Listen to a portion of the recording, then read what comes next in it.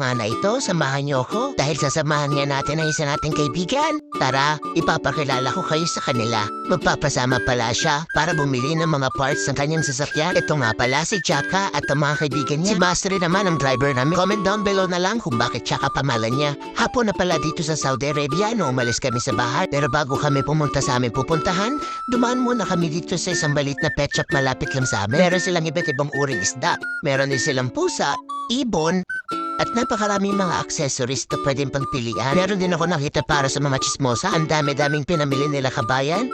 Pagkatapos nga mamili, dumiretso na kami sa pupuntahan namin. At alam niyo ba kung saan kami dadaan? Dadaan kami sa pinakamahabang tunnel dito sa Riyadh, Saudi Arabia.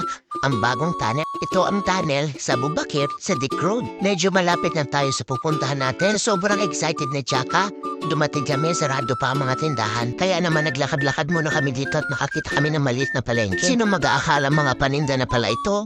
Noong una akala ko mga basura. Charot lang, ang mga paninda nagkalat lang sa kalye. Hindi naman talaga kami bibili. Na-amaze lang ako sa kanilang mga gulay. Kaya naman dumiretso na kami sa shawarmahan at brostedan. Ito nga, bumili nga kami ng isang malaking shawarma lang. At syempre, ang pambansang manok, ang broasted. Sakto nga pagtapos namin kumain ay bukas na ang tindahan ng Renault. Dahil sila ang authorized dealer ng Renault at mga genuine spare parts. Sa pagkakataon nga ito, hindi na may pinta ang mukha ni Chaka dahil kinukwenta ng kanyang mga bibilhin. Diyaran! At ito na nga mga spare parts sa kailaman ng sasakyan niya. At ito naman ang babayaran ni Chaka ng cash. Wow! Yayamanin! At abangan niyo naman ang part 2 ng video vlog na ito kung saan namin ipapakabit. Hanggang sa susunod na video vlog, paalam!